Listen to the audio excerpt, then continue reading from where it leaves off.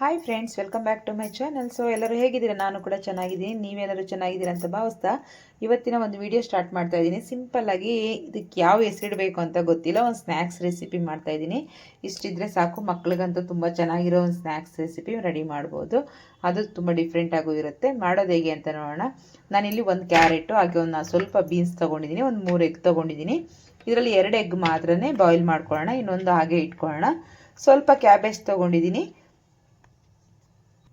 ಹಾಗೆ ಇಲ್ಲಿ ಪಾತ್ರೆಯಲ್ಲಿ ನೀರು ಇಟ್ಕೊಂಡಿದ್ದೀನಿ. ಈಗ ಎಗ್ಗನ್ನು ನಾವು 2 ಬಾಯ್ಲ್ ಮಾಡ್ಕೋಬೇಕಾಗತ್ತೆ. 2 ಎಗ್ಗು ಬಾಯ್ಲ್ ಮಾಡ್ಕೋಬೇಕು. ಎಗ್ಗು ಬಾಯ್ಲ್ ಆಗುವಾಗ ಸ್ವಲ್ಪ ನೀವು ಸಾಲ್ಟ್ ಹಾಕ್ಕೊಳ್ಳೋದ್ರಿಂದ ಎಗ್ಗು ಒಡೆದೋಗಲ್ಲ, ಪೀಸ್ ಆಗೋದಿಲ್ಲ, ನೀಟಾಗಿ ಕುಕ್ ಆಗುತ್ತೆ. ಇದು ಇನ್ನೊಂದು ಎಗ್ಗು ಆಮೇಲೆ ನಿಮ್ಗೆ ಹೇಳ್ತೀನಿ ಇದನ್ನ ಏನು ಮಾಡಬೇಕು ಅಂತ. ಇದನ್ನು ಪಕ್ಕಕ್ಕೆ ಇಟ್ಕೊಳ್ಳೋಣ. ಸೊ ಇದನ್ನೆಲ್ಲ ನೀಟಾಗಿ ವಾಶ್ ಮಾಡ್ಕೊಂಡು ನಾವು ಕಟ್ ಮಾಡ್ಕೊಳ್ಳೋಣ. ಈಗ ನೋಡಿ, ನಾನೆಲ್ಲ ಕಟ್ ಮಾಡಿ ಇಟ್ಕೊಂಡಿದ್ದೀನಿ. ಕ್ಯಾಬೇಜು, ಕ್ಯಾರೆಟು, ಬೀನ್ಸು ಹಾಗೆ 1-2 ಈರುಳ್ಳಿ ಚಿಕ್ಕದಾಗಿ ಕಟ್ ಮಾಡಿ ಈ ರೀತಿ ಇಟ್ಕೊಂಡಿದ್ದೀನಿ. ಈಗ ಎಗ್ ಕೂಡ ಬಾಯ್ಲ್ ಆಗಿದೆ. ಸ್ಟವ್ನ ಆಫ್ ಮಾಡ್ಕೊಳ್ಳೋಣ. ನಾನು ಸ್ಟವ್ ಮೇಲೆ ಒಂದು ಬಾಣಲೆ ಇಟ್ಕೊಂಡಿದ್ದೀನಿ. ಈಗ ಇದಕ್ಕೆ ಸ್ವಲ್ಪ ಆಯಿಲ್ನ ಸೇರಿಸ್ಕೊಳ್ಳೋಣ. ಜಾಸ್ತಿ ಏನು ಬೇಡ, ನಾವು ಅದು ಫ್ರೈ ಆಗೋದಕ್ಕಷ್ಟೇ ಸ್ವಲ್ಪ ಮಾತ್ರ. ಈಗ ಆಯಿಲ್ ಬಿಸಿ ಆಗಿದೆ. ನಾನು ಇದರಲ್ಲಿ ಸ್ವಲ್ಪ ಹಸಿಮೆಣಸಿನ್ಕಾಯಿ ಕಟ್ ಮಾಡ್ಕೊಂಡಿದ್ದೀನಿ. ಈ ರೀತಿ 2 ಚಿಕ್ಕದಾಗಿ ಈ ರೀತಿ ರೌಂಡಾಗಿ ಕಟ್ ಮಾಡ್ಕೊಂಡಿದ್ದೀನಿ. ಈಗ ಆನಿಯನ್ಸು ಸೇರಿಸ್ಕೊಳ್ಳೋಣ. ಸ್ವಲ್ಪ ಫ್ರೈ ಆಗಲಿ ಹಸಿಮೆಣಸಿನ್ಕಾಯಿ ಸ್ವಲ್ಪ. ತುಂಬ ಚೆನ್ನಾಗಿರುತ್ತೆ ಈ ರೆಸಿಪಿ ಅಂತೂ. ಒಂದ್ಸರಿ ಟ್ರೈ ಮಾಡಿ ನೋಡಿ ಎಲ್ಲರೂ. ಮಕ್ಕಳಿಗೆ, ದೊಡ್ಡವ್ರಿಗೆ ಎಲ್ಲರಿಗೂ ಇಷ್ಟ ಆಗುತ್ತೆ. ಮಕ್ಕಳಿಗೆ ಅಂತಲ್ಲ, ಸ್ನ್ಯಾಕ್ಸ್ಗೆ ಅಂತ ಮಾಡಿದ್ರು ಕೂಡ, ಬಟ್ ಮಕ್ಕಳಿಗಿಂತ ದೊಡ್ಡವ್ರಿಗೆ ಇಷ್ಟ ಆಗುತ್ತೆ, ಅಷ್ಟೊಂದು ಚೆನ್ನಾಗಿರುತ್ತೆ. ಈಗ ನಾವು ಎಲ್ಲದನ್ನು ಹಾಕೊಳ್ಳೋಣ. ಸ್ಪೈಸಿ ನೋಡಿಕೊಂಡು ನೀವು ಸೇರಿಸ್ಕೊಳ್ಳಿ. ಈಗ ಎಲ್ಲದನ್ನು ಸೇರಿಸ್ಕೊಳ್ಳೋಣ. ಕ್ಯಾರೆಟು, ಬೀನ್ಸು ಹಾಗೆ ನಾವು ಕ್ಯಾಬೇಜು ಇದೆಲ್ಲ ಸೇರಿಸ್ಕೊಳ್ಳೋಣ. ಇದೆಲ್ಲ ಸ್ವಲ್ಪ ಸಾಫ್ಟ್ ಆಗಬೇಕು ನಮಗೆ, ಅಲ್ಲಿವರೆಗೂ ಸ್ವಲ್ಪ ಫ್ರೈ ಮಾಡ್ಕೊಳ್ಳೋಣ.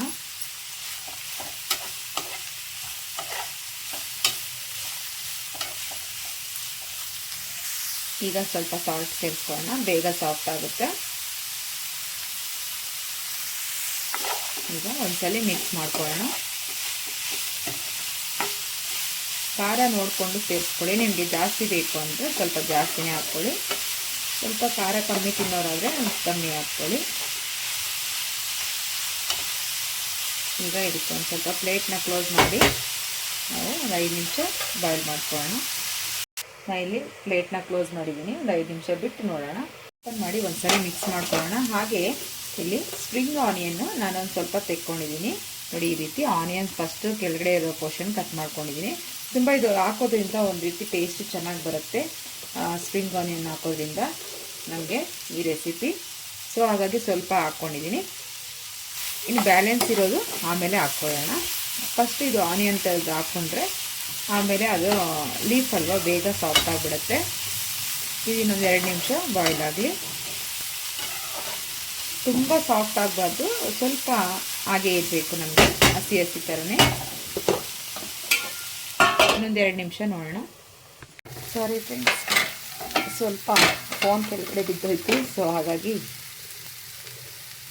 ಸೀದೋಗ್ಬಿಡ್ತು ಸ್ವಲ್ಪ. ಸೊ ಈಗ ನಾವು ಇದನ್ನು ಹಾಕ್ಕೊಂಬೇಡೋಣ, ಸ್ಪ್ರಿಂಗ್ ಆನಿಯನ್ಸು. ಈಗ ಇದನ್ನು ಕೂಡ ಸ್ವಲ್ಪ ಮಿಕ್ಸ್ ಮಾಡ್ಕೊಳ್ಳೋಣ. ಜಾಸ್ತಿ ಏನು ಬೇಡ, ಇದು 1 ನಿಮಿಷ ಇದ್ದರೆ ಸಾಕಾಗುತ್ತೆ, ಸಾಫ್ಟ್ ಆಗಿರುತ್ತೆ. ಈಗ ಆಲ್ರೆಡಿ ಎಲ್ಲ ಕುಕ್ಕಿಂಗ್ ಆಗಿದೆ ಅದು. ಇದರಲ್ಲಿ ಈಗ ಸ್ವಲ್ಪ ಪೆಪ್ಪರ್ ಪೌಡ್ರನ್ನ ಸೇರಿಸ್ತಾ ಇದ್ದೀನಿ, 1/4 ಟೀ ಸ್ಪೂನ್ ಅಷ್ಟು. ಈಗ ಸ್ಟವ್ನ ಆಫ್ ಮಾಡ್ಕೊಂಬಿಡೋಣ. ಈಗ ನಾವು ಈ ಬೌಲ್ಗೆ ಹಾಕ್ಕೊಳ್ಳೋಣ ಎಲ್ಲದನ್ನು. ಈಗೆಲ್ಲ ಇದಕ್ಕೆ ಹಾಕ್ಕೊಂಡಿದ್ದೀನಿ. ಇವಾಗ ನಾವು ಎಗ್ಗನ್ನು ಸಿಪ್ಪೆ ತೆಕ್ಕೊಂಡು ಇಟ್ಕೊಂಡಿದ್ದೀನಿ ನೋಡಿ, ಈ ರೀತಿ. ಇವಾಗ ಇದರಲ್ಲಿ ನಾವು ತುರಿದ್ಕೋಬೇಕಾಗತ್ತೆ. ಇದನ್ನು ತುರಿದಿಟ್ಕೋಬೇಕು ಈ ರೀತಿ.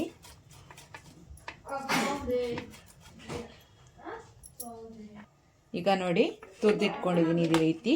ಎಲ್ಲದನ್ನು ನೀಟಾಗಿ ಈ ಥರ ತುರ್ಕೊಂಡ್ಬಿಡ್ಬೇಕು. ಇದನ್ನು ಇವಾಗ ಇದಕ್ಕೆ ಸೇರಿಸ್ಕೊಳ್ಳೋಣ. ಇದಕ್ಕೆ ಸೇರಿಸಿ ಚೆನ್ನಾಗಿ ಮಿಕ್ಸ್ ಮಾಡ್ಕೊಳ್ಳೋಣ.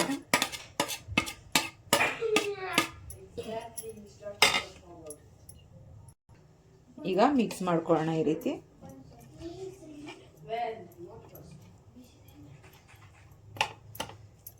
ಇದನ್ನು ಸೈಡಿಗೆ ಇಟ್ಕೊಳ್ಳೋಣ. ಹಾಗೆ ನಾನು ಇಲ್ಲಿ 2 ಈ ಥರ ಚೀಸನ್ನ ತೊಗೊಂಡಿದ್ದೀನಿ ಈ ರೀತಿ. ಅದನ್ನು ಕೂಡ ನಾವು ಈ ರೀತಿ ತುರ್ಕೋಬೇಕು. ತುರಿದ್ಬಿಟ್ಟು ಅದರಲ್ಲೇ ಸೇರಿಸ್ಕೊಳ್ಳೋಣ. ಇಲ್ಲ ನೀವು ಪೀಸಸ್ ಆಗಾದರೂ ಮಾಡ್ಕೊಂಡು ಹಾಕ್ಕೋಬೋದು, ಇಲ್ಲ ಅಂದರೆ ಈ ರೀತಿ ತುರಿದ್ಬಿಟ್ಟಾದರೂ ಹಾಕ್ಕೋಬೋದು. ಈಗ ಇದರಲ್ಲಿ ಸೇರಿಸ್ಕೊಳ್ಳೋಣ ನಾವಿಲ್ಲಿ ತುರಿದಿಟ್ಕೊಂಡಿರೋದು ಕೂಡ.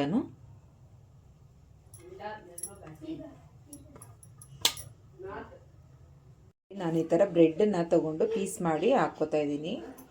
ಮೇಲ್ಗಡೆ ಪೊಸಿಷನ್ದು ಬ್ರೆಡ್ನ ಈ ರೀತಿ ಪೌಡರ್ ಮಾಡ್ಕೊಳ್ಳೋಣ ಸ್ವಲ್ಪ. ಹಾಗೆ ನಾವು ಈ ರೆಸಿಪಿಗೆ ಬಳಸೋವಂಥ ಬ್ರೆಡ್ಡನ್ನು ಸೈಡಲ್ಲಿ ಎಡ್ಜನ್ನು ಕಟ್ ಮಾಡ್ಕೊಳ್ಳೋಣ. ಅದನ್ನು ಕೂಡ ಮಿಕ್ಸಿ ಮಾಡ್ಕೋಬೋದು. ಸುಮ್ಮನೆ ವೇಸ್ಟ್ ಆಗೋದು ಬೇಡ, ಅದು ಯೂಸ್ ಆಗುತ್ತೆ. ಈ ರೀತಿ ಸೈಡ್ ಪಾರ್ಟ್ಸ್ ಎಲ್ಲ ತೆಕ್ಕೊಬಿಡೋಣ.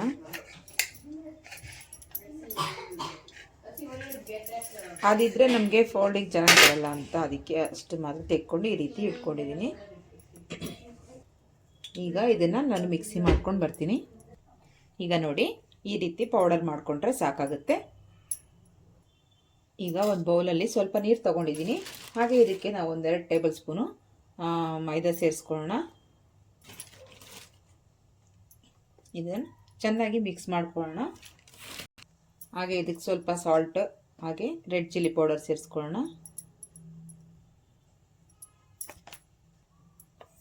ಈಗ ಸ್ವಲ್ಪ ಸಾಲ್ಟ್ ಈಗ ಮಿಕ್ಸ್ ಮಾಡ್ಕೊಳ್ಳೋಣ ನೀಟಾಗಿ. ಗಂಟಿಲ್ದೇ ಇರೋ ರೀತಿ ಕ್ಲೀನಾಗಿ ಮಿಕ್ಸ್ ಮಾಡ್ಕೋಬೇಕು. ಈಗ ಮೊಟ್ಟೆ ಹೊಡೆದ್ಬಿಟ್ಟು ನಾವು ಇದಕ್ಕೆ ಹಾಕ್ಕೊಂಡು ಚೆನ್ನಾಗಿ ಮಿಕ್ಸ್ ಮಾಡ್ಕೋಬೇಕು. ನೋಡಿ ಇದಕ್ಕೇ ಮೊಟ್ಟೆ ಹೊಡೆದು 2 ಮೊಟ್ಟೆ ಹಾಕ್ಕೋತಾ ಇದ್ದೀನಿ ನಾನು ಇಲ್ಲಿ. ಸ್ವಲ್ಪ ಕ್ವಾಂಟಿಟಿ ಜಾಸ್ತಿ ಮಾಡೋಣ ಅಂದ್ಕೊಂಡು ಚೆನ್ನಾಗಿ ಬೀಟ್ ಮಾಡ್ಕೋಬೇಕು. ಒಂದು ಫೋರ್ಕ್ ಈ ಥರ ಏನಾದರೂ ತೊಗೊಂಡು ಚೆನ್ನಾಗಿ ಬೀಟ್ ಮಾಡ್ಕೊಳ್ಳಿ. ಅದರಲ್ಲಿ ಮೈದಾ ಜೊತೆ ನೀಟಾಗಿ ಹೊಂದ್ಕೋಬೇಕು. ಅಲ್ಲಿವರೆಗೂ ಚೆನ್ನಾಗಿ ತಿರುಗಿಸ್ಕೋಬೇಕು. ತುಂಬ ಚೆನ್ನಾಗಿರುತ್ತೆ ಈ ರೆಸಿಪಿ. ಮಿಸ್ ಮಾಡಿದ್ರೆ ಒಂದ್ಸಲ ಟ್ರೈ ಮಾಡ್ಕೊಳ್ಳಿ ನಿಮ್ಮ ಮನೇಲಿ. ಈಗ ನೋಡಿ ಚೆನ್ನಾಗಿ ಇದು ಮಿಕ್ಸ್ ಆಗಿದೆ. ಈ ಸೈಡಿಗೆ ಇಟ್ಕೊಳ್ಳೋಣ. ಬಿಸಿಗೆ ಇಟ್ಕೊಂಡಿದ್ದೀನಿ, ಬಿಸಿ ಆಗಲಿ. ಈಗ ನಾನು ಒಂದು ಪಾತ್ರೆಯಲ್ಲಿ ನೀರು ಇಟ್ಕೊಂಡಿದ್ದೀನಿ. ಇವಾಗ ನಾವು 2 ಪೀಸ್ ಬ್ರೆಡ್ನ ಈ ರೀತಿ, ಇಲ್ಲ ಒಂದೊಂದು ಪೀಸ್ ಬೇಕಾದರೂ ಮಾಡ್ಕೊಳ್ಳಿ. ನೀವು ಚಿಕ್ಕದಾಗಿ ಬೇಕು ಅಂದರೆ 1 ಪೀಸ್ ಆಗಿ ಮಾಡ್ಕೊಳ್ಳಿ. ಸ್ವಲ್ಪ ಈ ಥರ ವೆಟ್ ಮಾಡಿ ಸ್ವಲ್ಪ ನೀರನ್ನು ಪ್ರೆಸ್ ಮಾಡಿ ತೆಗೆದುಬಿಡೋಣ. ಈ ರೀತಿ ಈ ಥರ ಪ್ರೆಸ್ ಮಾಡಿ ನೀರನ್ನು ಇದರಲ್ಲಿ ನಾವು ಆಲ್ರೆಡಿ ಮಿಕ್ಸ್ ಮಾಡಿ ಇಟ್ಕೊಂಡಿರೋದು ಸೇರಿಸ್ಕೊಳ್ಳೋಣ.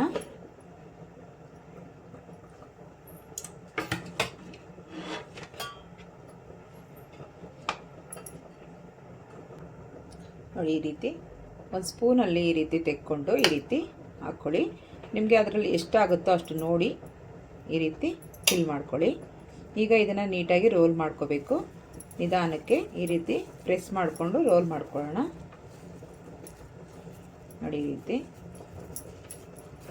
ಹಾಗೆ ಸ್ವಲ್ಪ ಜಾಸ್ತಿ ಪ್ರೆಸ್ ಮಾಡಬಾರ್ದು, ಸ್ವಲ್ಪ ಸ್ವಲ್ಪ ಪ್ರೆಸ್ ಮಾಡಿದ್ರೆ ನೀಟಾಗಿ ರೋಲ್ ಆಗುತ್ತೆ. ಈ ರೀತಿ ರೋಲ್ ಮಾಡ್ಕೋಬೇಕು. ಈ ರೀತಿ ರೋಲ್ ಮಾಡಿಕೊಂಡು ನಾವು ಆಲ್ರೆಡಿ ಮಾಡಿಟ್ಕೊಂಡಿದ್ದೀವಲ್ಲ ಇಲ್ಲಿ ಮಿಕ್ಸ್ ಮಾಡಿ ಇದರಲ್ಲಿ ಹಾಕ್ಕೊಳ್ಳೋಣ. ನಂತರ ಇದನ್ನು ಎತ್ಕೊಂಡು ಒಂದು ಫೋರ್ಕಿಂದನೂ ತೆಕ್ಕೋಬೋದು, ಆದರೆ ನಾವು ಕೈಯಲ್ಲಿ ಮಾಡ್ಕೊಳ್ಳೋ ಅಷ್ಟು ಈಸಿ ಬರಲ್ಲ. ಈಗ ಬ್ರೆಡ್ಡಲ್ಲಿ ಈ ರೀತಿ ಬ್ರೆಡ್ ಕ್ರಮ್ಸಲ್ಲಿ ಈ ರೀತಿ ರೋಲ್ ಮಾಡ್ಕೊಳ್ಳೋಣ. ಅದಕ್ಕೆ ಎಷ್ಟು ಹಿಡಿಸುತ್ತೋ ಅಷ್ಟು ಹಿಡಿಸ್ಕೊಳ್ಳಿ. ಇದನ್ನು ನಾವೀಗ ಆಯಿಲ್ ಬಿಸಿಯಾಗಿದೆ ಅದರಲ್ಲಿ ಹಾಕ್ಕೊಳ್ಳೋಣ. ಈಗ ಹಾಕ್ಕೊಳ್ಳೋಣ ಒಂದೊಂದೇ ಈ ರೀತಿ. ಲೋ ಟು ಮೀಡಿಯಮ್ ಫ್ಲೇಮ್ ಇಟ್ಕೊಳ್ಳಿ, ಆವಾಗ ತುಂಬ ಚೆನ್ನಾಗಿ ಬರುತ್ತೆ. ತುಂಬ ಹೈ ಫ್ಲೇಮ್ ಇಟ್ಕೋಬೇಡಿ, ಆವಾಗ ಸೀದೋಗ್ಬಿಡುತ್ತೆ. ಹಾಗೆ ಇನ್ನೊಂದು ಮಾಡ್ಕೊಂಡಿದ್ದೀನಿ, ಅದನ್ನು ಕೂಡ ಹಾಕ್ಕೊತೀನಿ. ಹೀಗೇ ನಾವು ಒಂದೊಂದೇ ಮಾಡ್ಕೊಳ್ಳೋಣ. ಬೇಕಾದರೆ ನಿಮ್ಗೆ ಇನ್ನೊಂದು ಸರಿ ಕೂಡ ತೋರಿಸ್ತೀನಿ. ನಾವು ನೀರಲ್ಲಿ ಫಸ್ಟು ಡಿಪ್ ಮಾಡ್ಕೋಬೇಕು. ಚೆನ್ನಾಗಿ ಹಿಂಡ್ಕೋಬೇಕಾಗುತ್ತೆ, ನೀರಿರಬಾರ್ದು. ಆ ರೀತಿ ತೆಕ್ಕೊಂಬಿಡ್ಬೇಕು. ಈ ರೀತಿ ತೆಕ್ಕೊಂಡ್ರೆ ನೀಟಾಗಿ ಈ ಥರ ಬರುತ್ತೆ.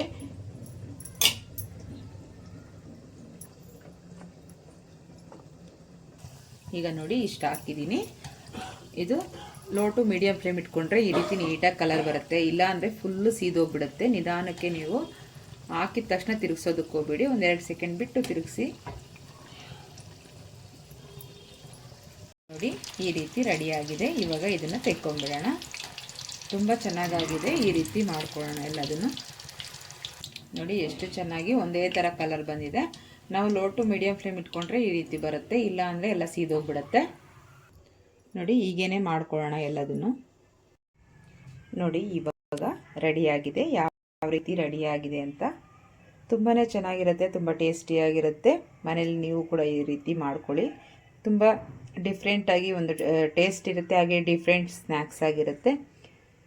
ಈ ವಿಡಿಯೋ ನಿಮಗೆಲ್ಲರಿಗೂ ಇಷ್ಟ ಆಗಿದೆ ಅನ್ಕೊತೀನಿ. Thank you for watching. ಮತ್ತೆ ಸಿಗೋಣ ನೆಕ್ಸ್ಟ್ ವಿಡಿಯೋದಲ್ಲಿ. ಅಲ್ಲಿವರೆಗೂ ಟೇಕ್ ಕೇರ್, ಬಾಯ್ ಬಾಯ್.